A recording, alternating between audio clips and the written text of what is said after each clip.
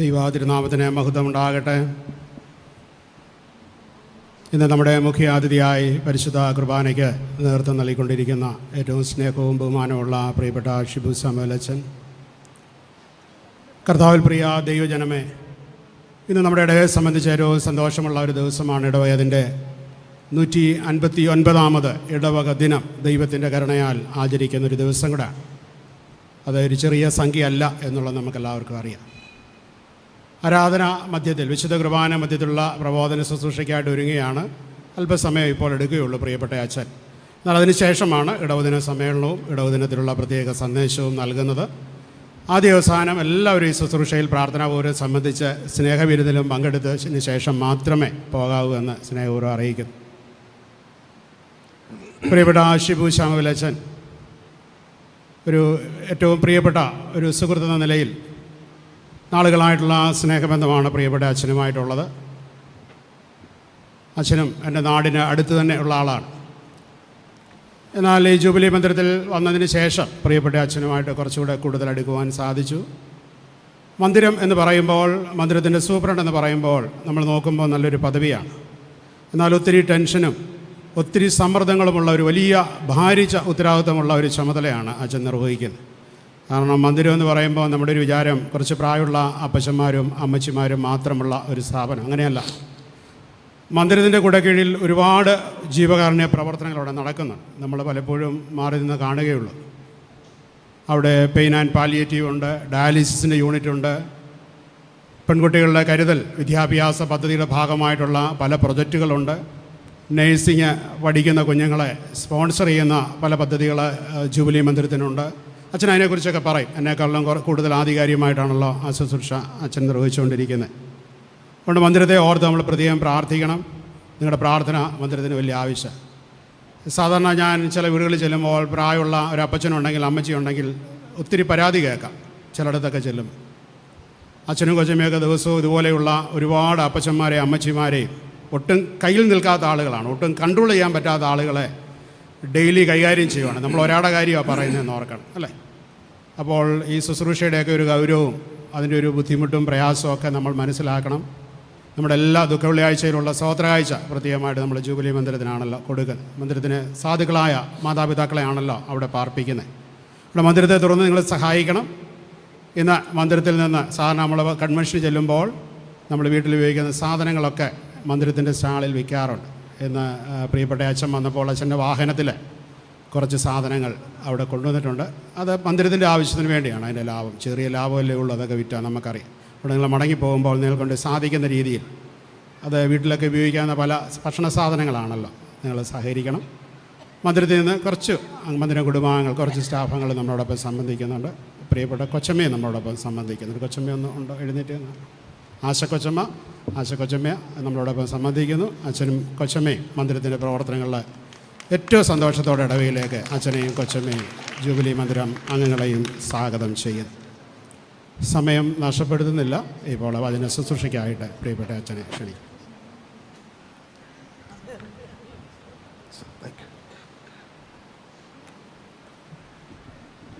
ഏറ്റവും സ്നേഹവും ബഹുമാനമുള്ള സോണി ഫിലിപ്പച്ചൻ, ഇടവകയിലെ പ്രിയപ്പെട്ട ദൈവജനമേ, നിങ്ങളോടുകൂടെ ഈ പ്രഭാതത്തിൽ വിശുദ്ധ ആരാധനയിൽ സംബന്ധിപ്പാൻ ആയിരിക്കുന്ന അവസരത്തിൻ്റെ ഓർത്ത് ദൈവത്തിന് സ്തോത്രം. പ്രിയപ്പെട്ട സോണി ഫിലിപ്പച്ചനും ആഷ കൊച്ചമ്മയും ഈ ഇടവകയുടെ അനുഗ്രഹകരമായ ശുശ്രൂഷയിൽ മുന്നേറുന്ന ഓർത്ത് സ്തോത്രം. അവരുടെ നേതൃത്വത്തെയും കരുതലിനെയും ഓർത്ത് ദൈവത്തിന് നന്ദി പറയുന്നു. നിങ്ങളുടെയൊക്കെ ഹൃദയത്തോട് ചേർന്ന സ്ഥലമാണല്ലോ എപ്പിസ്കോപ്പൽ ജൂബിലി മന്ദിരം കൊട്ടാരക്കര. 58 വർഷം തമ്പുരാന്റെ കൃപയാൽ ഈ സ്ഥാപനം അനുഗ്രഹകരമായി മുന്നേറുന്നു.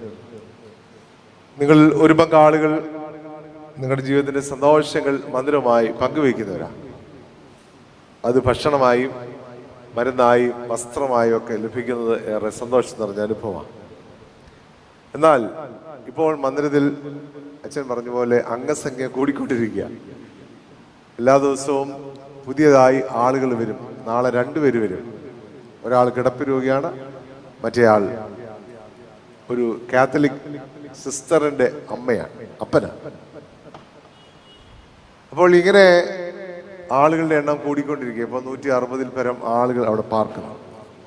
അവരെ ഓർക്കുകയും പ്രാർത്ഥിക്കുകയും ചെയ്യണം.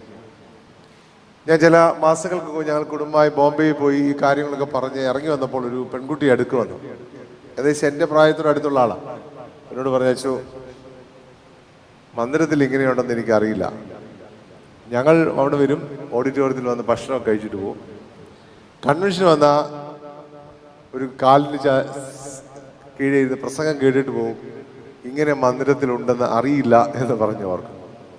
നമ്മൾ പല ആളുകൾക്കും അതാണ്. ഞാൻ കുറ്റപ്പെടുത്തുകയില്ല. പല ആളുകൾക്കും ജൂബിലി മന്ദിരം എന്നാന്ന് അറിയില്ല. കുറേ ആളുകൾ താമസിക്കുന്നു.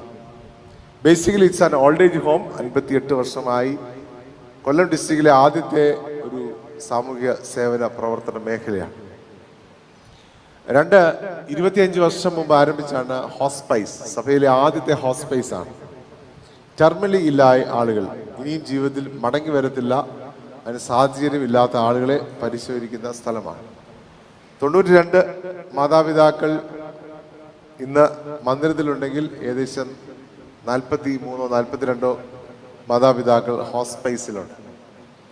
25 വർഷം മുമ്പ് മന്ദിരം ആരംഭിച്ചാണ് വിദ്യാഭ്യാസ കരുതൽ പദ്ധതി. ഞാൻ കഴിഞ്ഞ ദിവസം കണക്ക് നോക്കുമ്പോൾ 191 പെൺകുട്ടികൾ അവിടെ നിന്ന് പഠിച്ച് ലോകത്തിന്റെ വിവിധ സ്ഥാനങ്ങളിൽ ജോലി ചെയ്യുന്നു. നഴ്സിംഗും പാരാമെഡിക്കൽ കോഴ്സ് 27 പെൺകുട്ടികൾ ഇപ്പോൾ 5 ഹോസ്റ്റലിൽ പഠിക്കുന്നു. അടുത്ത വർഷത്തേക്ക് 5 പേര് ഒരുങ്ങിക്കൊണ്ടിരിക്കുന്നു. ഒരു പെൺകുട്ടി പഠിച്ചിറങ്ങണമെങ്കിൽ മന്ദിരം 10 ലക്ഷം രൂപ ചിലവാകും. അപ്പോൾ നിങ്ങൾക്കറിയാം എത്ര ലക്ഷം രൂപ ഓരോ വർഷം നമ്മൾ ഓരോ പെൺകുട്ടികൾക്ക് വേണ്ടി അവരുടെ വിദ്യാഭ്യാസത്തിന് വേണ്ടി. അവർക്ക് മന്ദിരമില്ലെങ്കിൽ അവർ പഠിക്കുമോ എന്ന് ചോദിച്ചാൽ ഈ തരത്തിൽ പഠിക്കാൻ സാധിക്കത്തില്ല. Nursing, BSc nursing, general nursing, physiotherapy, speech therapy, മറ്റു കോഴ്സ് BCA, BBA പല കോഴ്സുകൾക്ക് പഠിക്കുന്ന പെൺകുട്ടികളാണ്. മന്ദിരത്തിൽ 50 വയസ്സായപ്പോൾ ആരംഭിച്ചാണ് pain and palliative on wheels. Home care ആണ്. വീടുകളിലുള്ള മാതാപിതാക്കൾ അവരെ പോയി പരിചരിക്കും. നമ്മുടെ നിഖിത് സാമച്ചനാണ് ആ കാര്യങ്ങൾ കോർഡിനേറ്റ് ചെയ്യുന്നത്. എല്ലാ മാസവും അവർക്ക് ഭക്ഷണവും മരുന്നും മന്ദിരത്തിൻ്റെ കെയർ ഓഫിൽ അച്ഛൻ അത് കൊണ്ടെത്തിക്കുക. അച്ഛൻ ഒരു പബ്ലിസിറ്റി ഇല്ലാതെ വളരെ ശാന്തമായി ചെയ്യുന്നൊരു കാര്യമാണ്. പുനലൂർ സുരേഷ് വർഗീസ് അച്ഛൻ ആ കാര്യങ്ങൾ കോർഡിനേറ്റ് ചെയ്യുന്നത്. ഏകദേശം 358 കുടുംബങ്ങളിൽ എല്ലാ മാസവും മരുന്നും ഭക്ഷണവും എത്തുന്നുണ്ട്. കൂടാതെ wheel chair, hospital bed, oxygen concentrator ഒക്കെ ഫ്രീ ആയിട്ട് നമ്മൾ കൊടുക്കും. ഉപയോഗം കഴിഞ്ഞ് മടക്കി തരണം എന്ന് മാത്രം. കഴിഞ്ഞ 2 വർഷം മുമ്പ് ആരംഭിച്ചാണ് pain and cancer palliative. Cancer രോഗികൾ, മറ്റ് രോഗികളായിട്ടുള്ള ആളുകളെ വീടുകളിൽ പരിശോധിക്കുന്ന പോലെ തന്നെ മന്ദിരത്തിൽ വന്ന് പാർത്ത് അവർക്ക് വേണ്ട ജീവിതത്തിന് സഹായം അവിടെ കഴിയാം. ഫ്രീ ആയിട്ടുള്ള ട്രീറ്റ്മെന്റ് ആണ്. എന്നാൽ വീടുകളിൽ സുരക്ഷിതമല്ല, സൗകര്യമില്ലാത്ത ആളുകൾക്ക് ഒരു ബെഡ് റൂം വേണമെന്ന് പറയുകയാണെങ്കിൽ അങ്ങനെയുള്ള 8 മുറികളുണ്ട്. അതിന് പണം നമ്മൾ ചാർജ് ചെയ്യും. ഈ പ്രോഗ്രാമിന് കേന്ദ്ര ഗവൺമെന്റ് കീഴിലുള്ള അറ്റോമിക് എനർജി ഡിപ്പാർട്ട്മെന്റ് കീഴിൽ പ്രവർത്തിക്കുന്ന ബോംബെയിലുള്ള ടാറ്റ മെമ്മോറിയൽ സെന്റർ ക്യാൻസർ സെന്ററിന്റെ സഹായമുണ്ട്. അവരൊരു ഡോക്ടറെ നമുക്ക് തന്നിട്ടുണ്ട്. മറ്റ് 2-3 സ്റ്റാഫിന്റെ സാലറി അവർ കൊടുക്കും. ബാക്കി കാര്യങ്ങളെല്ലാം നമ്മൾ ചെയ്യണം. കഴിഞ്ഞ ആഴ്ച നമുക്കൊരു പുതിയ ആംബുലൻസ് കൂടെ അവർ തന്നു. അങ്ങനെ സർക്കാരിൻ്റെ ഒരു ചെറിയ സഹായം, പണമായിട്ടൊന്നും തരാൻ പറ്റത്തില്ല, എന്നാൽ ഇങ്ങനെയുള്ള സഹായങ്ങൾ അവർ ചെയ്യും. ഈയിടെ നമ്മൾ തുടങ്ങിയാണ് ഡയാലിസിസ് സെന്റർ. നമ്മുടെ മന്ദിരത്തിൽ തന്നെ ഡയാലിസിസ് ചെയ്യുന്ന രോഗികൾ ഉണ്ടാവുമ്പോൾ അവരെയും കൂടെ പുനലൂർ വരണം. ഒരു ആംബുലൻസും ഒരു ബൈസ്റ്റാൻഡറും ഒരു ഡ്രൈവറും നമുക്ക് നഷ്ടപ്പെടും. 8 മണിക്കൂർ 7.5 മണിക്കൂർ ചിലവാകും. അതുകൊണ്ട് മന്ദിരത്തിൽ തന്നെ ഒരു ഡയാലിസിസ് സെന്റർ തുടങ്ങി. അത് മന്ദിരത്തിലുള്ള ആളുകൾക്കും പുറത്തുനിന്നുള്ള ആളുകൾക്കും വളരെ സൗജന്യമായി, എന്നാൽ ചെറിയ തുക വാങ്ങിച്ചുകൊണ്ട് അത് ചെയ്യുകയാണ്. ഞാൻ കഴിഞ്ഞ ദിവസം കണക്ക് നോക്കിയപ്പോൾ ഏകദേശം 56-60 ലക്ഷം രൂപ ഈ ഡയാലിസിസ് സെന്റർ തുടങ്ങാൻ വേണ്ടി മാത്രം നമുക്ക് ഈ ദിവസങ്ങളിൽ ചിലവായി. അത് 2 മെഷീൻ നമുക്ക് ഫ്രീ ആയി കിട്ടി. ബാക്കി പണമൊക്കെ നിങ്ങളെപ്പോലുള്ള ആളുകൾ കൊണ്ടു തന്നാണ്. ഡയാലിസിസ് ടെക്നീഷ്യനുണ്ട്, മറ്റു കാര്യങ്ങളുണ്ട്. ഈ കാര്യങ്ങളെല്ലാം ഒരുപിടി ആളുകളുടെ സഹായം കൊണ്ടാണ് ലഭിക്കുന്നത്. നിങ്ങളുടെ ദുഃഖവെള്ളിയാഴ്ചത്തെ സ്തോത്രകാഴ്ച നിങ്ങൾ കാര്യമായിട്ടിടണം. മന്ദിരത്തിലാണ് ലഭിക്കുന്നത്, മറക്കരുതെന്ന് ഓർപ്പിക്കുന്നു. എന്നാൽ നിങ്ങളുടെ ജീവിതത്തിന്റെ സന്തോഷം ഞാൻ പറഞ്ഞ പോലെ ജന്മദിനം, വിവാഹ വാർഷികം, കുഞ്ഞുങ്ങൾക്ക് നല്ല ജോലി, ഓർമ്മ ദിവസമൊക്കെ ഉള്ളപ്പോൾ ഭക്ഷണമായി വരണം. ഭക്ഷണത്തെക്കാൾ അപ്പുറം ഞങ്ങൾക്ക് വേണ്ടുന്ന 2 കാര്യങ്ങളാണ് മരുന്ന്. നിങ്ങൾ ആരെങ്കിലും മെഡിക്കൽ റെപ്രസെൻറ്റേറ്റീവ്സ് ഉണ്ടെങ്കിൽ, മെഡിക്കൽ സ്റ്റോർ നടത്തുന്നവരുണ്ടെങ്കിൽ ഞങ്ങൾക്ക് സാമ്പിൾ മെഡിസിൻസ് ഞങ്ങൾ കളക്ട് ചെയ്യും. ഡോക്ടർ ഉള്ളതുകൊണ്ട് തന്നെ ആ മെഡിസിൻസ് നമുക്ക് ഉപയോഗിക്കാനായിട്ട് പറ്റും. മറ്റൊരു ആവശ്യമാണ് വോളണ്ടിയേഴ്സ്. ഈ കാര്യങ്ങളൊക്കെ ചെയ്യുന്നത് ഒരുപടി സ്റ്റാഫ് അംഗങ്ങളുണ്ടെന്നാൽ നമുക്കറിയാം സ്റ്റാഫിനെ കൊണ്ട് എല്ലാ കാര്യവും നടക്കത്തില്ല. അറിഞ്ഞോ അറിയാതെയോ നമ്മുടെ ആളുകളുടെ മനസ്സിൽ ചെയ്യുന്നുണ്ട്. ഈ സെമിനാരിൽ പോകുന്ന കുഞ്ഞുങ്ങൾക്ക് വേണ്ടിയുള്ള സ്ഥലമാണ് മന്ദിരത്തിന്റെ വോളണ്ടിയർഷിപ്പ്. അങ്ങനെയല്ല. അവധിയുള്ള ദിവസങ്ങളിൽ രാവിലെ ഒരു പയ്യൻ ബാക്ക് പാക്കുമായിട്ട് വരും. അവൻ എഞ്ചിനീയറിംഗ് പഠിച്ചുകൊണ്ടിരിക്കുമ്പോഴാണ്. അവനിപ്പം ഗ്രാജുവേഷൻ കഴിഞ്ഞു. അവൻ വന്ന് പ്രഭാതത്തിൽ നടന്ന വീട്ടിൽ നിന്ന് വന്ന് മാതാപിതാക്കളെ ക്ലീൻ ചെയ്തിട്ട് മടങ്ങിപ്പോകും. ഇപ്പോൾ ഒരു ടീച്ചറുണ്ട്, റിട്ടയർ ചെയ്തു, ഭർത്താവ് പ്രിൻസിപ്പളാണ്, മക്കളുടെ വിവാഹമൊക്കെ കഴിഞ്ഞ് ഡോക്ടർമാരാ. ആ ടീച്ചർ എല്ലാ ദിവസവും 9:30 മണിയാവുമ്പോൾ ബസ് കയറി ബസ് സ്റ്റാൻഡിൽ ഇറങ്ങി നടന്ന് മന്ദിരത്തിൽ വരും. വൈകിട്ട് 3:45 ചായ കുടിക്കുന്നതിന് മുമ്പേ അവർ പോകും, വീട്ടിൽ പോകും. അപ്പോൾ ആ സമയത്തൊക്കെ വന്ന് ഈ മാതാപിതാക്കളോട് വഴക്ക് ഉണ്ടാക്കുന്നതിനോട് സംസാരിക്കാം. വഴക്കുണ്ടാകുന്നത് ജീവനുള്ളതിന്റെ ലക്ഷണമാണ്, അല്ലാണ്ട് വഴക്കുണ്ടാകുന്ന കുഴപ്പമൊന്നുമില്ല. അങ്ങനല്ലേ? ആണോ? നിങ്ങളുടെ വീടുകളിൽ വഴക്കുണ്ടാക്കുന്നവരാണോ? അല്ലല്ലേ? നിങ്ങളാരും വീട്ടിൽ വഴക്കുണ്ടാക്കാത്തവരാ? ഞങ്ങളൊക്കെ വഴക്കുണ്ടാക്കുന്നവരാ. വഴക്കുണ്ടാകുന്ന വലിയ കുറ്റമൊന്നുമല്ല, ചെറിയ ചെറിയ സൗന്ദര്യപ്പടക്കങ്ങളൊക്കെ, അല്ലാതെ വലിയ അടിയും ബഹളമൊന്നുമല്ല അവിടെ. അപ്പോൾ അവരോട് സംസാരിക്കാം, ഭക്ഷണം വിളമ്പി കൊടുക്കണം, ചില ആളുകൾക്ക് വായിൽ കൊടുക്കണം, ഇവരുടെ ബെഡ്ഷീറ്റുകളെ തുണികളൊക്കെ മടക്കാൻ സഹായിക്കാം. ഇങ്ങനെ നിങ്ങൾക്ക് വരാം, സഹായിക്കാം. നിങ്ങളുടെ യുഎൻസിക്ക് ഞങ്ങളോട് പറയട്ടെ, നിങ്ങൾ ഇന്ന് വൈകിട്ട് വന്നാലും എനിക്ക് പ്രയോജനമാണ്. കാരണം ഏറ്റവും മുകളിലത്തെ നില നമ്മൾ ക്ലീൻ ചെയ്ത് അവിടെ സ്ഥലമില്ലാത്തതുകൊണ്ട് മാതാപിതാക്കളെ കിടക്കാൻ കട്ടിലുകളൊക്കെ അത് അലൈൻ ചെയ്യണം. അതിൻ്റെ പെയിന്റൊക്കെ ചെയ്തിരിക്കുക, അവിടെ പൊടികളൊക്കെ ക്ലീൻ ചെയ്യണം. അങ്ങനെ വോളണ്ടറി ചെയ്യാനായിട്ടുള്ള അവസരമുണ്ട്. ഇത് വളരെ പ്രധാനപ്പെട്ടതാണെന്ന് ഓർപ്പിക്കുന്നു. ഞാൻ ചില സ്കൂളുകാരോട് പറഞ്ഞു, ക്രിസ്മസിന് നിങ്ങളൊരു കാര്യം ചെയ്യണം. എന്ത് ചെയ്യണം? ഒരു ബോക്സ് കൊണ്ടുവന്ന് മുന്നേ വെച്ചിട്ട് ക്രിസ്മസ് ഗിഫ്റ്റ് മന്ദിരത്തിൽ നിന്ന് പറയും. ചില പള്ളികളും ചില സ്കൂളുകൾ, 1-2 സ്കൂളുകാരും അങ്ങനെ ചെയ്തു. എന്താ ഇടുന്നത്? ബിസ്ക്കറ്റ്, ബ്രഷ്, പേസ്റ്റ്, സോപ്പ്, കുളിക്കുന്ന സോപ്പ്, നനയ്ക്കുന്ന പൊടി. ഒരു സൺഡേ സ്കൂളിലെ കുട്ടിക്ക് 4 സോപ്പ് കൊണ്ടിടാൻ വലിയ പാടില്ല. അങ്ങനെ ഒരു ക്രിസ്മസ് ഗിഫ്റ്റ് എന്ന് പറഞ്ഞ അഞ്ചലിലുള്ളൊരു സ്കൂളും കൊട്ടാരക്കരയിലുള്ളൊരു സ്കൂളും അവർ ഒരുപാട് കളക്ട് ചെയ്തു. അതിലൊരു ഭാഗം നമുക്ക് കൊണ്ടെത്തണം. അപ്പം ഇങ്ങനെയൊക്കെ സഹായിക്കുന്ന ആളുകളുണ്ട്. ഭക്ഷണ പദാർത്ഥങ്ങൾ എന്തുണ്ടെങ്കിലും അവിടെ ചിലവാകും. അപ്പോൾ ഈ കാര്യങ്ങളൊക്കെ നിങ്ങളുടെ സഹായവും പിന്തുണയും ഉണ്ടാകണം. ഞാൻ കുറച്ച് ബ്രോഷേഴ്സ് കൊണ്ടുവന്നിട്ടുണ്ട്, അത് വായിക്കുക, പഠിക്കുക. നിങ്ങളുടെ സ്നേഹിതരെ, മക്കളെയൊക്കെ ഇതുമായിട്ട് കണക്ട് ചെയ്യണം. അവസാനമായി, നമ്മൾ ഇന്ത്യ ലോകവും വേഗം പ്രായമാകുന്നു എന്നാണ് കണക്ക് പറയുന്നത്. ലോകത്തിന് പ്രായമാകുന്നതിനേക്കാൾ വേഗം ഇന്ത്യയ്ക്കും, ഇന്ത്യയേക്കാൾ വേഗത്തിൽ കേരളത്തിനും പ്രായമാകുന്നു എന്ന് കണക്കുകൾ പറയുന്നത്. പ്രായമാകാന്ന് പറഞ്ഞാൽ എന്നാ? നിങ്ങൾക്ക് 158 വർഷം പള്ളിക്ക് പ്രായമായി എന്ന് പറയുന്നതല്ല. പിന്നെയോ 60 വയസ്സ് അതിന് മേൽ പ്രായമാകുന്ന ആളുകളുടെ എണ്ണം കൂടിക്കൊണ്ടിരിക്കുക. ക്രിസ്ത്യാനിയെ കുറിച്ച് പറയുന്നത് 19% മരണനിരക്കും 14% ജനന നിരക്കുമുള്ള ഒരു കമ്മ്യൂണിറ്റിയാണ് സുറിയാനി ക്രിസ്ത്യാനി എന്നാണ് നമ്മളെ കുറിച്ച്. അതിനേക്കാൾ കുറവാണ് മാർത്തോമാ പോപ്പുലേഷൻ. അപ്പൊ 19 പേര് ഒരു വർഷം മരിച്ചാൽ 14 പേര് ജനിക്കുന്നുള്ളൂ എന്ന് പറഞ്ഞാൽ എന്നാ? ഓരോ വർഷവും 4% കൂടുതൽ നമ്മുടെ സംഖ്യ കുറഞ്ഞുകൊണ്ടിരിക്കുക. അപ്പോഴാണ് അടുത്ത ഭീകരമായ കാര്യം, 60 വയസ്സിന് മേൽ പ്രായമാകുന്ന മാതാപിതാക്കളുടെ എണ്ണം കൂടുന്നു. അതിൽ തന്നെ രോഗപീഠയിൽ കഴിയുന്നവർ, ശയ്യാലംബരായ ആളുകളുടെ എണ്ണം കൂടുന്നു. അതുകൊണ്ട് നിങ്ങളുടെ ഈ മുന്നിലിരിക്കുന്ന കുഞ്ഞുങ്ങളോട് പറയട്ടെ, നിങ്ങൾ നിങ്ങളുടെ വീട്ടിലുള്ള അപ്പനോടും അമ്മയോടും വല്യപ്പനോടും വല്യമ്മയോടും ഒപ്പം രാത്രിയെങ്കിലും ഭക്ഷണം കഴിക്കണം. 2 നേരം കൃത്യമായി നിങ്ങൾ പ്രാർത്ഥിക്കണം അവരോടൊപ്പം. ഈ അപ്പനോടും അമ്മയോടും പറയുന്നു, 6 വയസ്സുകാരനെയും 12 വയസ്സുകാരനെയും വല്യപ്പൻ്റെയും വല്യമ്മയുടെയും മുറിയിൽ കയറ്റണം. അവരുടെ കൂടെ ഭക്ഷണം കഴിക്കണം. കാരണം ഭക്ഷണം കഴിക്കുമ്പോൾ എന്ത് സംഭവിക്കും? വല്യപ്പൻ്റെയും വല്യമ്മയുടെയും വായിൽ നിന്ന് അറിയാതെ താഴെ വീഴും. അതൊരു യാഥാർത്ഥ്യമാണെന്ന് ഈ കുഞ്ഞ് മനസ്സിലാക്കണം. വല്യപ്പൻ്റെയും വല്യമ്മയുടെയും മുറി പോകുമ്പോൾ ഒരു ഓഡ് സ്മെല്ലുണ്ടാകും. ഇറ്റ്സ് എ റിയാലിറ്റി എന്ന് മനസ്സിലാക്കണം. വല്യപ്പനെയും വല്യമ്മയും നോക്കാൻ പഠിപ്പിച്ചെങ്കിൽ മാത്രമേ നമ്മൾ പ്രായമാകുമ്പോൾ അവർ നോക്കത്തുള്ളൂ. അതുകൊണ്ട് ചെറുപ്രായങ്ങളിൽ ഇങ്ങനെയുള്ള സ്ഥാപനങ്ങളൊക്കെ വിടണം, അവരെ ഇതുമായിട്ട് കണക്ട് ചെയ്യണം.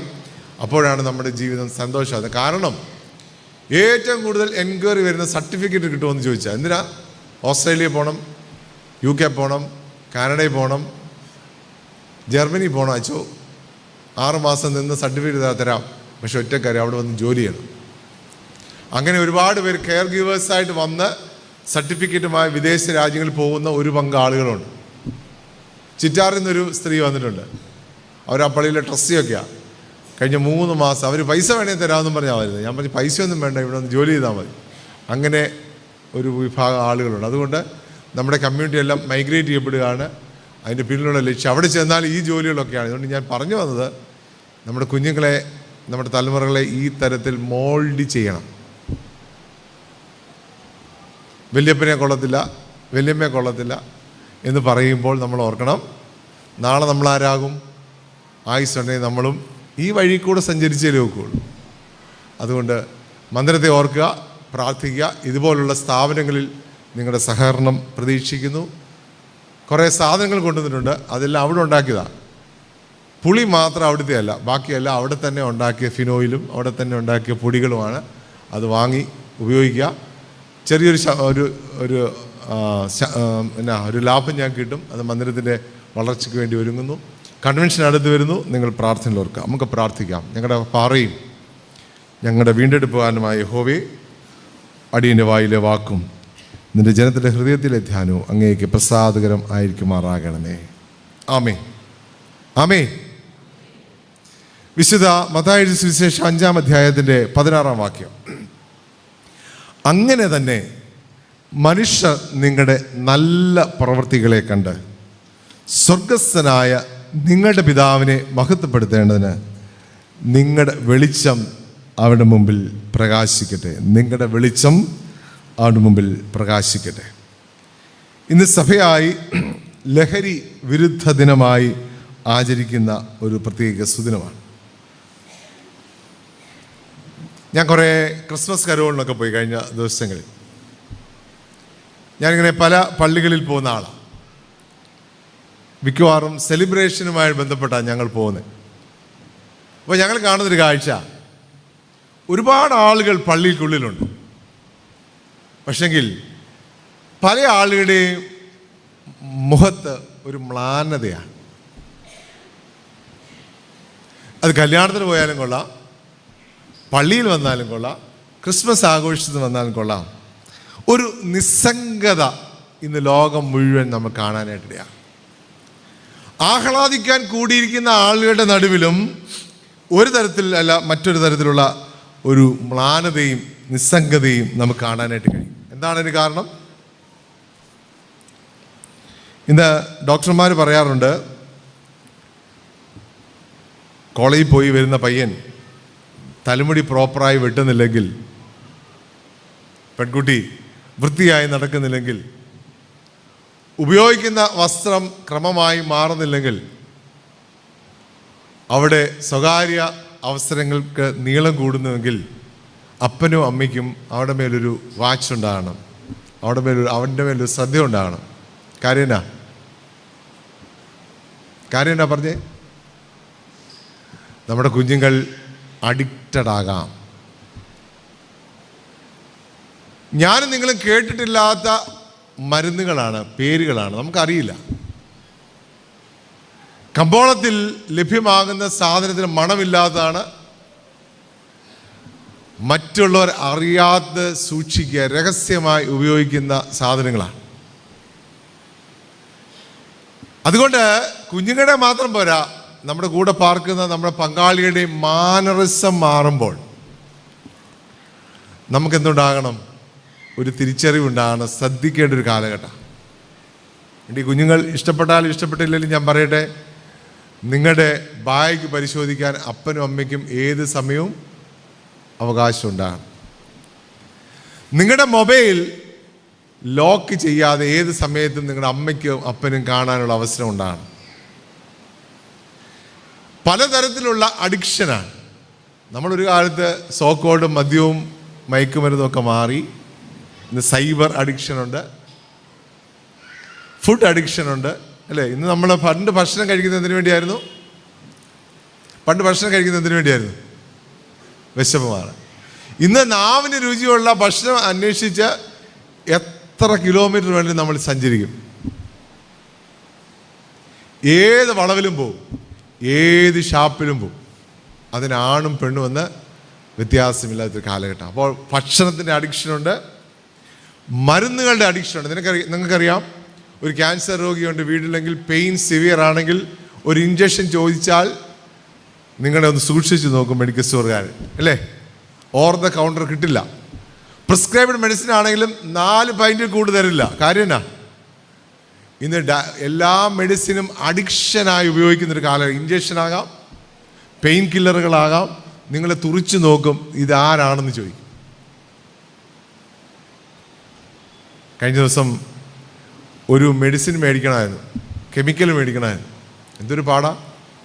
ആ പോയ പയ്യൻ്റെ ആധാറും ഫോൺ നമ്പറും അഡ്രസ്സും ഒക്കെ കൊടുത്തിട്ടാണ് മന്ദിരത്തിലേക്ക് ഒരു സാധനം വാങ്ങുന്നത്. അപ്പോൾ ഞാൻ പറഞ്ഞു വന്നത്, ലഹരി എല്ലാ തരത്തിലും ബാധിച്ചൊരു ലോകം. വീണ്ടും നമ്മൾ കാണുന്നുണ്ട്, മതവും ഒരു ലഹരിയായി കാണുന്നൊരു കാലഘട്ടം. ചില ആളുകൾ തമ്മിൽ ആർഗ്യൂ ചെയ്യും. ഇന്നലെ അവിടെ ഒരു കല്യാണം നടന്നു മന്ദിരത്തിൽ. കല്യാണം കഴിഞ്ഞിട്ട് ഞാൻ വീട്ടിൽ വന്ന്, സാധാരണ ഓഡിറ്റോറിയത്തിൽ പോകാറില്ല, പരിചയമുള്ള അച്ഛന്മാരുള്ളതുകൊണ്ട് ഞാൻ ഇന്നലെ പോയി. ഈ ഇവരുടെ നിർബന്ധം കഴിഞ്ഞ് ഭക്ഷണം കഴിഞ്ഞ് വീട്ടിൽ, അപ്പോൾ ആ ഭക്ഷണം കഴിച്ച് ഇറങ്ങുമ്പോൾ ഒരു പന്തികേട് പോയി തോന്നി. വീട്ടിൽ വന്ന് ഞാൻ നല്ല ഉറക്കം പിടിച്ചു, നല്ല ഉറക്കം ഉച്ചയ്ക്ക്. എൻ്റെ ഭാര്യ എന്നെ വിളിച്ചു, അച്ഛോ എഴുന്നേരെ. ഞാൻ ആദ്യം എഴുന്നേറ്റപ്പോൾ എനിക്ക് ആകെ ലെക്ക് പോകുന്ന പോലെ തോന്നി. നല്ല ഉറക്കത്തിലാണ് പറയേ. അവിടെ അടി നടക്കുക. എന്തിനു പേരില്ല? ഭക്ഷണം വിളമ്പിയപ്പോൾ വെള്ളം ചോദിച്ചാണ് പ്രശ്നം. ഞാൻ പെട്ടെന്ന് പോലീസിനെ വിളിക്കേണ്ടി വന്നു, ഗേറ്റ് പൂട്ടിയിട്ടിട്ട്. അപ്പോൾ ഇങ്ങനെയുള്ളൊരു കാലം. ഒന്ന് പറഞ്ഞ് രണ്ടാമത്തെ ആളുകളിനാ അഗ്രസീവാ. വെള്ളം ചോദിച്ചപ്പോൾ ഒരു മറുപടി പറഞ്ഞതിൻ്റെ പേരിൽ അടി.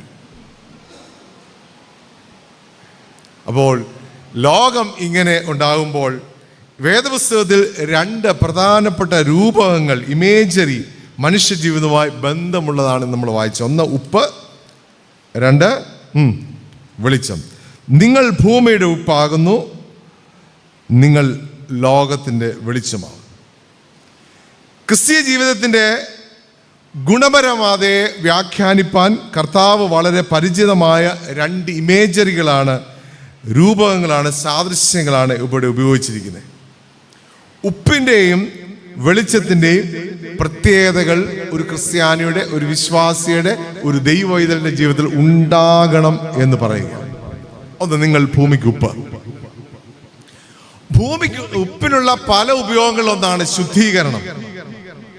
ഭൂമിയിലെ ശുദ്ധീകരണ പ്രക്രിയയ്ക്ക് വേണ്ടിയുള്ള ദൈവത്തിൻ്റെ ഉപകരണമായ മനുഷ്യൻ, പ്രത്യേകിച്ച് ക്രിസ്തു ശിഷ്യൻ എന്ന് അവകാശപ്പെടുന്ന ഒരു വിശ്വാസ സമൂഹത്തിൽ ഉണ്ടാകേണ്ടുന്ന ഉപ്പിൻ്റെ ഒരു ഗുണമാണ് ശുദ്ധീകരണ പ്രക്രിയ. ഉപ്പിനുള്ള പ്രത്യേകതയാണ് അലിഞ്ഞു ചേരുകയാണ്. ആയിരിക്കുന്ന ഇടത്ത്, അതിനെ അപ്ലൈ ചെയ്യുന്ന സ്ഥലത്ത് അലിഞ്ഞു ചേരുവാനുള്ള കഴിവ് എന്തുണ്ട്? ഉപ്പിനുണ്ട്. പണ്ടെങ്ങനെ ഉപ്പ് സൂക്ഷിച്ചിരുന്നേ? ഉപ്പ് സൂക്ഷിക്കുന്ന കടയുടെ മുൻപിൽ ചെന്ന് നമുക്കറിയാം, ഈ കടയുടെ ഭിത്തിയൊന്നും കുറെ കഴിയുമ്പോൾ കാണത്തില്ല, തടിപ്പാത്ത. വീട്ടിൽ ഉപ്പ് ഭരണി ഉണ്ടായിരുന്നു. ഇപ്പൊ അതെല്ലാം മാറി നമ്മളിപ്പോൾ അഡ്വർടൈസ്മെന്റ് കാലത്തിലേക്ക് പോയി. മാത്രമല്ല, അലിഞ്ഞു ചേർന്ന് കഴിഞ്ഞാൽ തൻ്റെ സാന്നിധ്യം മറ്റുള്ളവർ അറിയത്തില്ല. ഉപ്പ് ഭരണി ഇരിക്കുന്നത് നമുക്കറിയാം. എവിടെ ഇരിക്കുന്നത്? അമ്മമാര് കുക്ക് ചെയ്യുന്ന ആളുടെ കൈ എത്തുന്ന ദൂരത്താ. എപ്പോഴും നിറസാന്നിധ്യമായിട്ട് ആരുണ്ട്? ഉപ്പ് ഭരണിയിൽ ഇങ്ങനെ ഇരിക്കുക. പണ്ടത് കലക്കിയതായിരുന്നു, കല്ലായിരുന്നു, അതൊക്കെ മാറി ഇപ്പോൾ കൈ എത്തുന്ന ദൂരം. എന്നാൽ അലിഞ്ഞു ചേരുവാനുള്ള കഴിവ് ഉപ്പിനെ മറ്റുള്ള വസ്തുക്കളിൽ നിന്ന് വ്യത്യസ്തനാകുന്നു. അലിഞ്ഞു ചേർന്ന് കഴിഞ്ഞാൽ സ്വയം ഇല്ലാകുന്നതാണ്. പിന്നെ ഒരു പ്രകടന പരിമിതി അവിടെ ഇല്ല. ഉപ്പ് കാണാൻ പറ്റുമോ? ഉപ്പ് ഇടുന്ന വസ്തുവിൽ, ഭക്ഷണ സാധനങ്ങളാകാം, തെങ്ങിന്റെ ചുവട്ടിലാകാം, മുറിവ് വെച്ച് കിട്ടുന്നിടത്താകാം, അപ്ലൈ ചെയ്ത് കഴിഞ്ഞാൽ പിന്നെ ഉപ്പ് ഞാൻ കേമനാണെന്ന് പറഞ്ഞ് അവിടെ നിൽക്കുകയില്ല. ആയിരിക്കുന്ന സ്ഥലത്ത്, the place where we are place, താഴ്ന്ന് ഇറങ്ങി ചെല്ലുന്ന സ്വാധീനമാണ്. അതുകൊണ്ട് പ്രിയമുള്ളവരെ, താഴ്ന്നിറങ്ങുമ്പോൾ നമ്മളെ ആരും കാണുകയില്ല. ഇന്ന് വളരെയേറെ പ്രകടന പരിമിതിയുള്ള കാലമാണ്. നമുക്കറിയാം, നമ്മൾ വീട്ടിൽ മത്തി കറി വെച്ചാലും ആരറിയും? ഓസ്ട്രേലിയയിലിരിക്കുന്ന ആളറിയും. നമ്മൾ ബോണ്ട മേടിക്കുന്ന കടയിൽ ചെന്നാലും ചായ മേടിച്ചാൽ ആദ്യം എന്ത് ചെയ്യണം മക്കളെ? നിങ്ങൾ വീഡിയോ എടുത്തതിന് ശേഷം ചായ സിപ്പ് ചെയ്യുള്ളൂ. അങ്ങനെ ഒരു കാലമാണ്. എല്ലാത്തിനും പ്രകടന പരതയുള്ളൊരു കാലഘട്ടത്തിൽ, ഉപരിപ്ലവമായ സ്വാധീനം മാത്രമുണ്ടാകുന്ന കാലഘട്ടത്തിൽ ഉപ്പ് പറയാം, താഴ്ന്നിറങ്ങുന്നതാകണം, ആയിരിക്കുന്ന സ്ഥലത്ത് അലിഞ്ഞു ചേരുന്നതാകണം, ഇല്ലാതെയാകുന്നതാകണം. പിന്നീട് തൻ്റെ സ്വാധീനം ആരും അറിയാത്തതാണ്. എന്നാൽ അതിൻ്റെ സ്വാധീനം എപ്പോഴാണ് നമ്മൾ അറിയുന്നത്? ഭക്ഷണം രുചിച്ചു പോകുമ്പോൾ ഉപ്പുണ്ടോ ഇല്ലയോ എന്നറിയാം. പുറത്തൊന്നും കാണത്തില്ല. പക്ഷെ നമ്മൾ അതിൻ്റെ കൂടെ ഇടുന്ന മറ്റൊരു സാധനമുണ്ട്. അതിൻ്റെ പേരെന്നാ? കറിവേപ്പിലേതാ. അവനെ നമ്മൾ എന്ത് ചെയ്യും? ഉപ്പ് നോക്കുന്നതിന് മുമ്പ് തന്നെ നമ്മൾ എന്ത് ചെയ്യും? അവനെ എടുത്ത് മാറ്റിയതിന് ശേഷം നമ്മൾ തൊട്ട് നോക്കത്തുള്ളൂ. എന്നാൽ ഉപ്പിന്റെ രസം കാരം ജീർണതയില്ലാതെയാക്കും. Anti decaying effect. ജീർണതയെ പ്രതിരോധിക്കുക എന്നുള്ളതാണ് ഒരു ദൈവവൈതലിന്റെ ചുമതല, ഒരു വിശ്വാസിന്റെ ചുമതല. സമൂഹത്തിന്റെ ജീർണത പുഴുക്കൊത്തുകൾ, വ്യക്തിബന്ധങ്ങളിലെ ജീർണത പുഴുക്കൊത്തുകൾ, സാമൂഹ്യ ബന്ധങ്ങളിൽ ഉണ്ടാകുന്ന സ്നേഹം നഷ്ടപ്പെടുന്ന അനുഭവങ്ങൾ, ഇവിടെയെല്ലാം ജീർണതയെ മാറ്റി സ്വസ്ഥത ഉണ്ടാകേണ്ടത് ഉപ്പുപോലെ ഒരു ദൈവവൈതലിന്റെ ജീവിതത്തിൽ ആവശ്യമാണ്.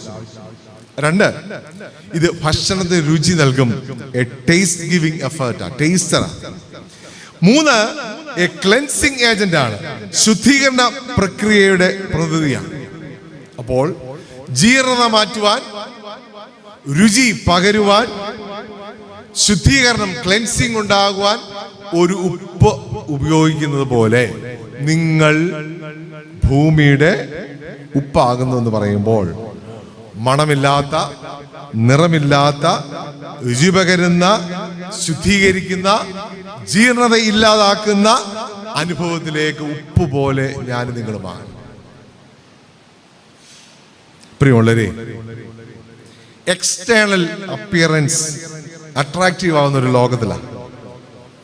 എന്നാൽ രുചിയും ശുദ്ധീകരണവും ജീർണത അകറ്റുന്നതും നിലനിൽക്കുന്നതാണ്, സ്റ്റാൻഡിങ് എഫക്റ്റാണ്.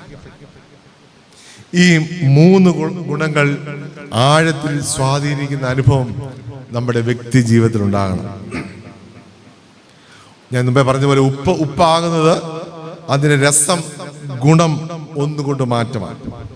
എന്നാൽ ഈ വേദഭാഗത്ത് തന്നെ പറയുന്നു, ഉപ്പിന് ഗുണമില്ലാതെ വന്നാൽ, ഉപ്പിന് എപ്പോൾ ഗുണം നഷ്ടപ്പെടുന്നോ, എപ്പോൾ രസം നഷ്ടപ്പെടുന്നോ, അത് അതിൽ തന്നെ ജീർണതയ്ക്ക് കാരണമായി. അത് ജീർണത അകറ്റുവാനുള്ള പ്രിസർവേറ്റീവ് ആണെന്ന് പറയുമ്പോൾ തന്നെ പറയാണ്, അതിന്റെ ഗുണം മാറുമ്പോൾ, അതിന്റെ കാരം മാറുമ്പോൾ അത് ജീർണതയ്ക്ക് കാരണമാകും. അപ്പോൾ ഉപ്പിന്റെ സ്ഥാനം അകത്തു നിന്ന് മാറി എവിടെ പോവും? പുറത്ത് കളയും. മറ്റുള്ളവർ ചവിട്ടുന്നതിന് കാരണമാകും. പ്രിയമുള്ളവരെ, മനുഷ്യന്റെ സ്വാഭാവിക ഗുണം നഷ്ടപ്പെടുത്തി സ്വയം ജീർണതയിലേക്ക് തള്ളിവിടുന്ന ലഹരി ആസക്തിയുള്ള കാലഘട്ടത്തിൽ ജീർണതയെ പ്രതിരോധിപ്പാൻ നമുക്കിടയാകണം. 2ാമതായി വേഗം പറയട്ടെ, നിങ്ങൾ ലോകത്തിന്റെ വെളിച്ചമാണ്. ഇവിടെ 2 ഇമേജറികൾ ഉപയോഗിച്ചിട്ടുണ്ട്. ഒന്ന് മലമേലിരിക്കുന്ന പട്ടണവും, പിന്നെ തണ്ടിന്മേൽ കൊളുത്തിവെച്ച വിളക്കും. ഇത് കാഴ്ചയെ ശാശ്വതമായതിനെ സൂചിപ്പിക്കുന്ന 2 ഇമേജറിയാണ്. വെളിച്ചത്തിന്റെ സാദൃശ്യം ഇരുളിനെ അകറ്റുന്നതാണ്. അരിച്ചിറങ്ങുവാനുള്ള ഗുണമാണ് വെളിച്ചത്തിനുള്ളത്. മറ്റ് താഴ്ന്നിറങ്ങുന്നത് പോലെ തന്നെ വെളിച്ചത്തിന് അരിച്ചിറങ്ങുവാനുള്ള കഴിവ് അപാരമാണ്. ഇരുള് മൂടിയ ജീവിതത്തിൽ ഒന്ന് അരിച്ചിറങ്ങുവാൻ കഴിഞ്ഞുവെങ്കിൽ മാത്രമേ മറ്റുള്ളവർക്ക് പ്രകാശം കൊടുത്തുവാനായിട്ട് കഴിയുള്ളൂ. അതുകൊണ്ട് പ്രിയമുള്ളവരെ, ലഹരി ഒരുവന്റെ വെളിച്ചത്തെ കെടുത്തിക്കളയുന്നുവെങ്കിൽ, ലഹരി ഒരുവന്റെ ജീർണതയെ കുറിക്കുന്നുവെങ്കിൽ, ലഹരി ഒരുവന്റെ ആസക്തിയെ കുറിക്കുന്നുവെങ്കിൽ, അവനിലേക്ക് വെളിച്ചമായി ഇറങ്ങുമ്പോൾ ലോകത്തിന് പ്രകാശമായി. അതുകൊണ്ട് നിങ്ങൾ ഭൂമിക്കുപ്പ്, ലോകത്തിന് വെളിച്ചം. ആരാധനയും പ്രാർത്ഥനയും ആത്മീയ അനുഭവവും നമ്മിൽ തന്നെ അന്തമല്ല. പിന്നെയോ ലഹരി ആസക്തിയുടെ ഇരുട്ടിൽ നിന്ന് പോകുന്നവർക്ക് വെളിച്ചത്തിന്റെ ചെറിയ തിരി കത്തിച്ച് നൽകുവാൻ കഴിഞ്ഞെങ്കിൽ മാത്രമേ നമ്മൾ ലോകത്തിന് പ്രകാശമായി തീരൂ. ഈ കാലഘട്ടങ്ങളിൽ നമ്മുടെ കുഞ്ഞുങ്ങളെക്കുറിച്ച്, കുടുംബങ്ങളെക്കുറിച്ച് ഏറെ ഭാരമുണ്ടാകേണ്ട ഒരു കാലഘട്ടമാണ്. ഈ തരത്തിലുള്ള അനുഭവമുള്ള ആളുകൾ കടന്നു പോകുമ്പോൾ മൂടി വെക്കേണ്ട കാര്യമൊന്നുമില്ല. അതിനെ അഡ്രസ് ചെയ്യാം. നമുക്ക് പറ്റുന്നതന്നെ നമ്മൾ പല യാഥാർത്ഥ്യവും ആദ്യം മനസ്സിലാക്കത്തില്ല, അംഗീകരിക്കത്തില്ല. രോഗമാണെന്ന് പറഞ്ഞാൽ നമുക്കറിയാം, ചില തടിപ്പുകൾ, ചില ഭാരങ്ങൾ, നമ്മൾ എന്ത് ചെയ്യും? ഡോക്ടറെ കാണുന്നതിന് നാണം കേട്, ഡോക്ടറെ കണ്ടതിന് ശേഷം ഉണ്ടാകാവുന്ന മറ്റ് ഭവിഷ്യത്തുകളെല്ലാം പറയും നമ്മൾ എന്ത് ചെയ്യും? നീട്ടിപ്പോകും. അതുകൊണ്ട് നമ്മുടെ നാട്ടിൻ ഭാഷ പറയും, സൂചി കൊണ്ട് കൊടുക്കേണ്ടതിനെ പിന്നെ നമ്മൾ എന്ത് ചെയ്യും? ഇതുപോലെയാ നമ്മുടെ കുഞ്ഞുങ്ങളുടെ, നമ്മുടെ സ്വന്തക്കാരുടെ, നമ്മുടെ അടുത്തുള്ള ആളുകളുടെ പ്രശ്നങ്ങളെ കണ്ടാൽ നമ്മൾ എന്ത് ചെയ്യണം? നോട്ടീസ് അടിച്ച് വിതരണമൊന്നും ചെയ്യണ്ട, എത്തേണ്ട സ്ഥലത്ത് എത്തിക്കണം. ഇടപെടേണ്ട പോലെ ഇടപെടണം. ദൈവസ്ഥാനത്തിൽ പ്ലേസ് ചെയ്യേണ്ടതാണ് പ്രാർത്ഥിക്കണം. പ്രാർത്ഥിച്ച് കൊല്ലാനല്ല പറഞ്ഞ പിന്നെയോ. എല്ലാവരുടെയും ജീവിതത്തിൽ അപ്സ് ആൻഡ് ഡൗൺസ് ഉണ്ടാവുമ്പോൾ ദൈവം പറയാം, നിങ്ങൾ ഭൂമിയുടെ ഉപ്പ്, ലോകത്തിന് വെളിച്ചം. അങ്ങനെ നിങ്ങളുടെ പ്രകാശം ലോകത്തിന് ശോഭയായിരിക്കാൻ ദൈവത്തിന്റെ പരിശുദ്ധാത്മാവ് നമ്മളെ സഹായിക്കട്ടെ.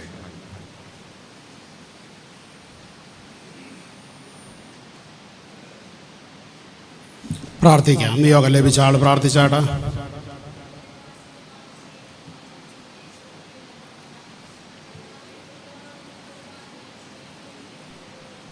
സ്തുതിക്കുന്നു, സ്തോത്രം ചെയ്യുന്നു കർത്താവേ. എല്ലാ മക്കളോടും കൂടെ ഉണ്ടായിരിക്കണമേ എന്ന് പ്രാർത്ഥിക്കുന്നു കർത്താവേ. ഇന്ന് ഇടവകജനമായ കർത്താവേ, ഈ ദേവാലയത്തിൽ കൂടുവാൻ തന്ന ഭാഗ്യത്തെ ഓർത്ത് ഞങ്ങൾ അങ്ങ് സ്തുതിക്കുന്നു, സ്തോത്രം ചെയ്യുന്നു കർത്താവേ. ഇന്നമേ ഞങ്ങൾ ഇടവകയെ അവിടെ നിന്ന് അനുഗ്രഹിക്കണമേ കർത്താവേ. ഇത്രയും വർഷക്കാലം കർത്താവേ, ഈ ദേശത്ത് കർത്താവേ നല്ലൊരു മാതൃകയായി കർത്താവേ ഞങ്ങൾക്ക് കൂടി വരുവാനും മറ്റുള്ളവർക്ക് സാക്ഷികളായി ജീവിപ്പാനും ഞങ്ങളെ സഹായിച്ചതോർത്ത് നന്ദിയോട് സ്തോത്രം ചെയ്യുന്നു, സ്തുതിക്കുന്നു കർത്താവേ. ദൈവമേ, ഇവിടെ കൂടി വന്നിരിക്കുന്ന എല്ലാ മക്കളെയും അവിടെ നിന്ന് അനുഗ്രഹിക്കണമേ എന്ന് പ്രാർത്ഥിക്കുന്നു കർത്താവേ. ദൈവമേ, രോഗത്തിലും പ്രയാസത്തിലും ഭാരത്തിലും ഒക്കെ കഴിയുന്ന എല്ലാ മക്കളോടും അവിടുന്ന് കരുണ കാണിക്കണമേ എന്ന് പ്രാർത്ഥിക്കുന്നു കർത്താവേ. ഞങ്ങൾക്ക് പ്രാർത്ഥിപ്പാനല്ലാതെ ഒന്നിനും കഴിവില്ലേ അപ്പാ. ഞങ്ങളുടെ കുറവുകളും കുറ്റങ്ങളും ഒന്നും ഓർക്കരുതേ എന്ന് പ്രാർത്ഥിക്കുന്നു കർത്താവേ. ദൈവമേ, ഞങ്ങളുടെ അച്ഛനെ അവിടുത്തെ കരങ്ങളിലേക്ക് ഏൽപ്പിക്കുന്നു കർത്താവേ. കുടുംബമായി അവിടുന്ന് അനുഗ്രഹിക്കണമേ എന്ന് പ്രാർത്ഥിക്കുന്നു കർത്താവേ. അവിടുന്ന് കാത്തു സൂക്ഷിക്കണമേ എന്ന് പ്രാർത്ഥിക്കുന്നു കർത്താവേ. ദൈവമേ, എല്ലാ മക്കളോടും അവിടുന്ന് കരുണ കാണിക്കണമേ എന്ന് പ്രാർത്ഥിക്കുന്നു കർത്താവേ. ഞങ്ങളുടെ കുഞ്ഞുങ്ങളെ അവിടുത്തെ കരങ്ങളിലേക്ക് ഏൽപ്പിക്കുന്നു കർത്താവേ. ഞങ്ങളുടെ കുഞ്ഞുങ്ങളൊന്നും നഷ്ടപ്പെട്ടു പോകുവാൻ ദൈവമേ അവിടുന്ന് സമ്മതിക്കല്ലേ എന്ന് പ്രാർത്ഥിക്കുന്നു കർത്താവേ. ഞങ്ങളുടെ തലമുറകൾ അനുഗ്രഹിക്കപ്പെടുവാൻ കർത്താവെ അവിടുന്ന് സഹായിക്കണമേ എന്ന് പ്രാർത്ഥിക്കുന്നു കർത്താവേ. ഞങ്ങളുടെ സുവിശേഷകരെയും തിരുമേനിമാരെയും അച്ഛന്മാരെയൊക്കെ അവിടുന്ന് അനുഗ്രഹിക്കണമേ കർത്താവേ. എല്ലാ മക്കളും ആയിരിക്കുന്ന സ്ഥാനത്ത് കർത്താവെ ശോഭിപ്പാൻ അവിടുന്ന് സഹായിക്കണമേ എന്ന് പ്രാർത്ഥിക്കുന്നു കർത്താവേ. പ്രിയ മകനിൽ കൂടി കർത്താവെ ദൈവമേ ഞങ്ങൾക്ക് തന്ന വചനത്തിനായി നന്ദിയോട് സ്തോത്രം ചെയ്യുന്നു കർത്താവേ. ഇത്രത്തോളം മകനെ അവിടുന്ന് ശക്തീകരിക്കുന്നുവല്ലോ കർത്താവേ. കൊട്ടാരക്കര ജൂബിലി മന്ദിരത്തിൽ ഇത്രത്തോളം പ്രവർത്തിപ്പാൻ ദൈവമേ മകനെ ശക്തീകരിച്ചിരിക്കൊണ്ടിരിക്കുന്നതോർത്ത് നന്ദിയോട് സ്തോത്രം ചെയ്യുന്നു, സ്തുതിക്കുന്നു കർത്താവേ. ദൈവമേ, ഞങ്ങൾക്കൊരു ഉപ്പായി ശോഭിപ്പാൻ കർത്താവേ, ഞങ്ങൾക്കൊരു വെളിച്ചമായി തീരുവാൻ കർത്താവേ. ദൈവമേ, ഞങ്ങൾ ഒന്നിനും അടിമപ്പെടാതെ കർത്താവേ അവിടുത്തെ കർത്താവെ യേശുപ്പച്ച അവിടുത്തെ ആശ്രയിച്ച് ജീവിപ്പാൻ ദൈവമേ ഞങ്ങളെ ഓരോരുത്തരെയും സഹായിക്കണമേ എന്ന് പ്രാർത്ഥിക്കുന്നു കർത്താവേ. കുടുംബമായി നിന്റെ മകനെ അവിടുന്ന് കൂടുതലായി അവിടുന്ന് ശക്തീകരിക്കണമേ എന്ന് പ്രാർത്ഥിക്കുന്നു കർത്താവേ. ദൈവമേ കർത്താവെ, ഞങ്ങൾ അല്പസമയം കൂടി കർത്താവിൻ്റെ പാദപീഠത്തിൽ ഇരിക്കുന്നല്ലോ അപ്പാ. കർത്താവിൻ്റെ തിരുമേശയിലേക്ക് ഞങ്ങൾ അടുത്ത് വരുന്ന കർത്താവേ. ദൈവമേ, ഞങ്ങളുടെ കുറ്റത്തിനും ശിക്ഷാവധിക്കുമാക്കി തീർക്കല്ലേ അപ്പാ. ഞങ്ങളുടെ ജീവനും രക്ഷിക്കുമാക്കി തീർക്കണമേ എന്ന് പ്രാർത്ഥിക്കുന്നു കർത്താവേ. ഞങ്ങളുടെ ഇടവക ദിനത്തെ അവിടുന്ന് അനുഗ്രഹിക്കണമേ എന്ന് പ്രാർത്ഥിക്കുന്നു കർത്താവേ. ഇനിയും എൻ്റെ കർത്താവിൻ്റെ സാന്നിധ്യം ഞങ്ങളോട് കൂടി ഉണ്ടാകണമേ എന്ന് പ്രാർത്ഥിക്കുന്നു കർത്താവേ. പ്രാർത്ഥന കേട്ടതോർത്ത് സ്തോത്രം, യേശുവിൻ്റെ നാമത്തിൽ തന്നെ ആമേൻ. കർത്താവിൻ്റെ തിരുമേശയെ സംബന്ധിപ്പാൻ ഒരുങ്ങി വന്നിട്ടുള്ളവർ കുമ്പസാരൻ്റെ പ്രിയപ്പെട്ട ഷിബുവച്ചനെ സ്നേഹപൂർവ്വം ക്ഷണിക്കുന്നു.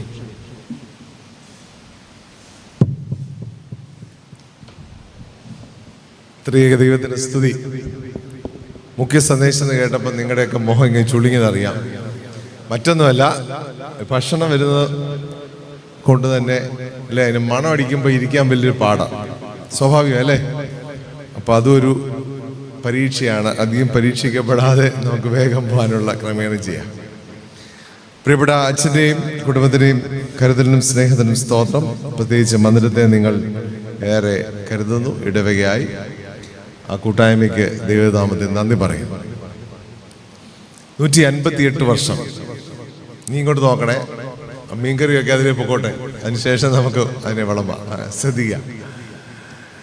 ഞാനൊരു കർഷകന്റെ മകനാണ്. അതുകൊണ്ട് ഒരു കാർഷിക മേഖലയിൽ ഒരു കഥ പറഞ്ഞുകൊണ്ട് ഞാൻ ആരംഭിക്കാം. എന്നാൽ എൻ്റെ ഭാര്യ പറയാറുണ്ട്, കർഷകന്റെ മകനാണെങ്കിലും കാര്യമായ കൃഷി ജോലിയൊന്നും അറിയത്തില്ലെന്ന് എന്നെ കളിയാക്കി പറയാറുണ്ട്.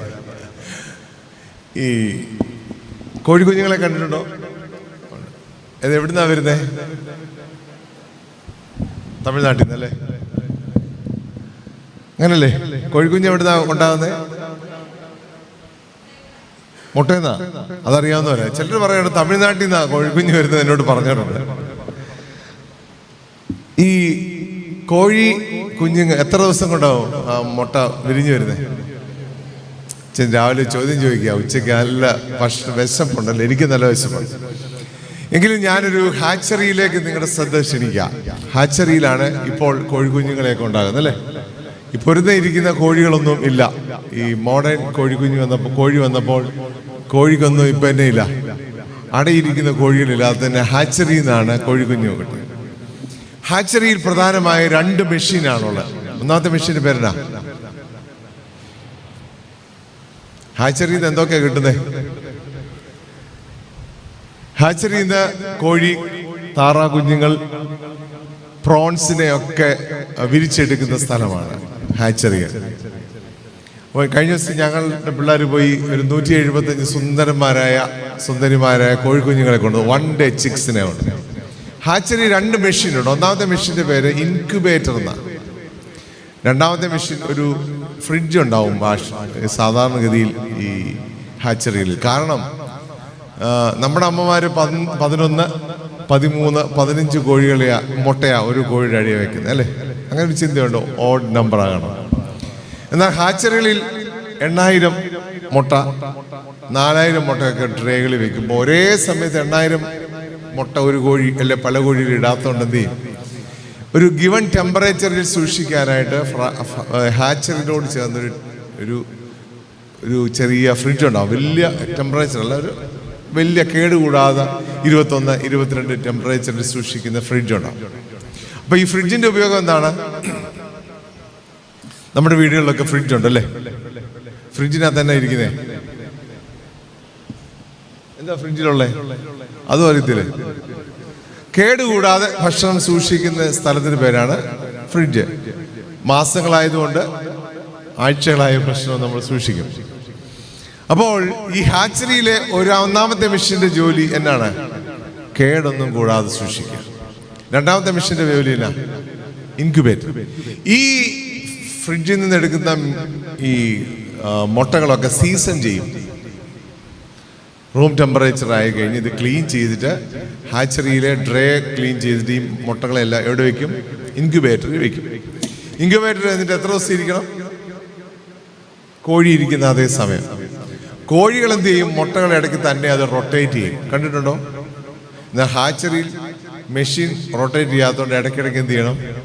അതും മാറ്റി വെച്ചു കൊടുക്കണം. എത്ര ദിവസം ഇരിക്കണം?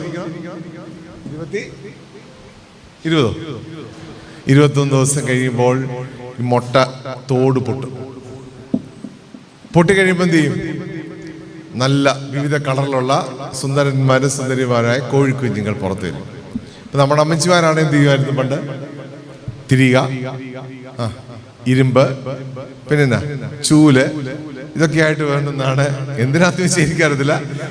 ആഘോഷമായിട്ടാണ് ഇതിനെ പുറത്തു കൊണ്ടിരുന്നത്. അപ്പോൾ 2 മെഷീൻ ഒരു ഫാക്ടറിയിൽ, 2 ധർമ്മം. ഒന്നാമത്തെ ജോലി കേടുകൂടാതെ സൂക്ഷിക്കുക, തട്ടുകേട് കൂടെ സൂക്ഷിക്കുക. 158 വർഷമായി ഞങ്ങൾ ഇങ്ങനെ ഇരിക്കുകയാണ്. 59 കയറി കുഴപ്പമൊന്നും ഉണ്ടാകാതെ. സോണിയച്ചനല്ല, ഏതച്ഛൻ വന്നാലും ഞങ്ങളിങ്ങനെ ഒരു കുഴപ്പമൊന്നുമില്ല, ഞങ്ങൾ ഇരിക്കും. കാര്യങ്ങൾ 3 വർഷം അച്ഛൻ പോവും, അടുത്ത ആൾ വരും, ഞങ്ങളിങ്ങനെ കൊണ്ടു നടക്കും. അതിൻ്റെ പേരെന്നാ? ഈ ഇടവകയ്ക്ക് ഒന്നിൽ ഒരു ഫ്രിഡ്ജായിട്ടിരിക്കാം. കുറെ സാധനങ്ങളൊക്കെ അകത്ത് കയറ്റി വെക്കും. ഇടയ്ക്ക് ഉപയോഗിക്കും. അച്ഛൻ പറഞ്ഞ പോലെ പിക്നിക്കിന് പോവും, ധ്യാനവും നടക്കും. പിന്നെ ഞങ്ങൾ കുറേ സാധനം അകത്ത് കയറ്റി വയ്ക്കും. അങ്ങനെ കുറേ ചെയ്യാൻ സമയമാകുമ്പോൾ നമ്മൾ കുറേ സാധനത്തിൽ ലേലം വിളിക്കും, വീണ്ടും കുറേ സാധനം ഉപയോഗിക്കും. ഇതിൻ്റെ പേരെന്നാ? പള്ളിയെ ഒരു ഫ്രിഡ്ജിനോട് നമുക്ക് ഉപയോഗിക്കാം. രണ്ടാമത്തെ മെഷീൻ്റെ ജോലി എന്നാ? ഇൻക്യുബേറ്റർ എന്നാണ്. ഇൻക്യുബേറ്ററിന്റെ ജോലി ചൂട് കൊടുക്കുക. മുട്ട വെറുതെ ഇൻക്യുബേറ്റർ ഇരുന്നാൽ ഗുണമുണ്ടോ? ഇൻക്യുബേറ്ററെ ഇലക്ട്രിക് ലൈനുമായിട്ട് പ്ലഗ് ചെയ്ത് ടെമ്പറേച്ചർ മെയിൻറ്റെയിൻ ചെയ്ത് വെച്ചെങ്കിലേ എന്തുണ്ടാകത്തുള്ളൂ? മുട്ട പൊട്ടുകയുള്ളൂ. അല്ലെങ്കിൽ എന്തായി തീരും? അതിന് നമ്മളൊരു പേര് പറയും, ചീ മുട്ടയാണ്. അപ്പോൾ ഇടവയ്ക്ക് ചൂട് കൊടുക്കുന്ന, ചുറ്റുപാടുകളെ ചലിപ്പിക്കുന്ന ഒരു ഇടവകയായി ഇതിനെ മാറ്റാം. അപ്പോൾ നമ്മൾ ആരാകും? ഇൻക്യുബേറ്റർ. അപ്പോൾ 159 കഴിയും. വർഷങ്ങൾ കഴിയും തോറും ഇവിടുന്ന് മുട്ട പൊട്ടിയിട്ട് നല്ല അച്ഛന്മാരുണ്ടാകും, നല്ല സുവിശേഷരുണ്ടാകും. ഈ പ്രദേശത്ത് സ്ഥലം മാത്രം മേടിക്കുന്നവരല്ല, ഇവിടുന്ന് മിഷൻ പ്രവർത്തനങ്ങളുണ്ടാകും. ഈ ഇടവകയുടെ ചുറ്റുമുള്ള ആളുകൾക്ക് അഭയസ്ഥാനമായി, ഒരു കൂടാരമായി നമ്മുടെ ഇടവക മാറും.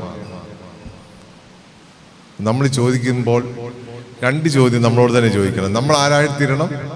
ഒന്നുകിൽ ഞങ്ങളൊരു ഫ്രിഡ്ജായിട്ട് പെറ്റ് പെരുകി കുറേ സ്ഥലമൊക്കെ വാങ്ങി പാസ്റ്റേജ് പണിത് ഇതൊക്കെ വേണം.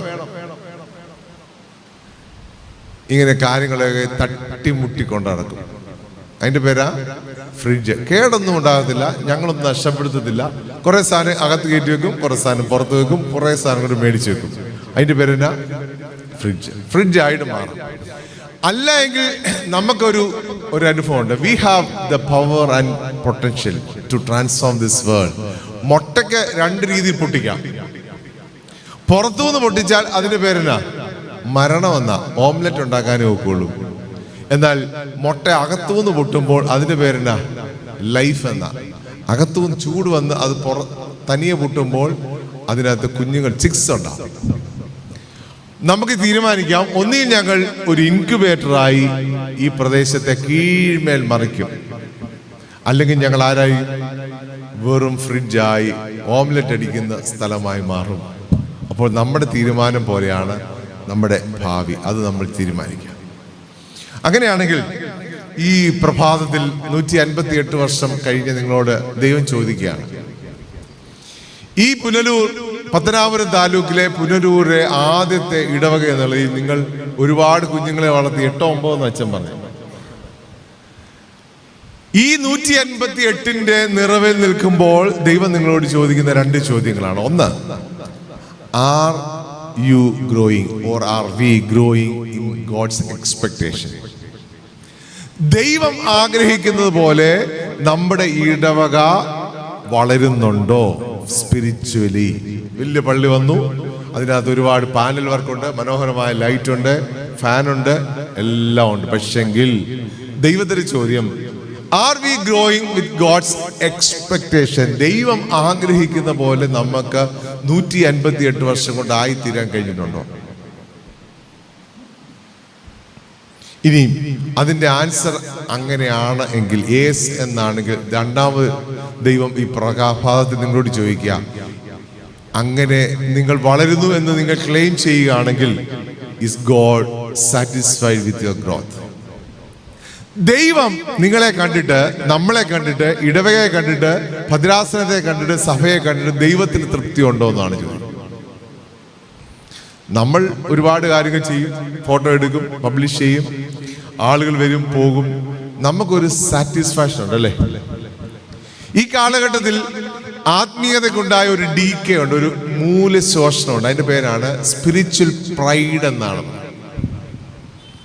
എവിടെ പോയാലും ഒരു ആത്മീയ അഹന്ത ഉള്ള ഒരാളുകളായി നമ്മൾ വളർന്നു. നമ്മുടെ റിപ്പോർട്ടുകൾ, നമ്മുടെ ഫേസ്ബുക്കുകൾ, നമ്മുടെ വെബ്സൈറ്റുകളെല്ലാം ഈ പൊങ്ങച്ചം ഇടിച്ചു കയറ്റുന്ന സ്ഥലങ്ങളാണ്.